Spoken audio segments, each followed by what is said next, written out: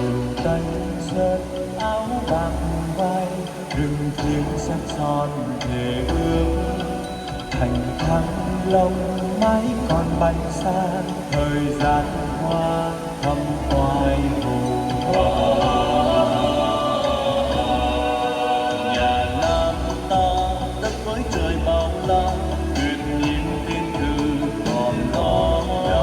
Rằng bao ven kim vĩ trung tâm can, đất nước ngoan cường một dáng gấm hoa.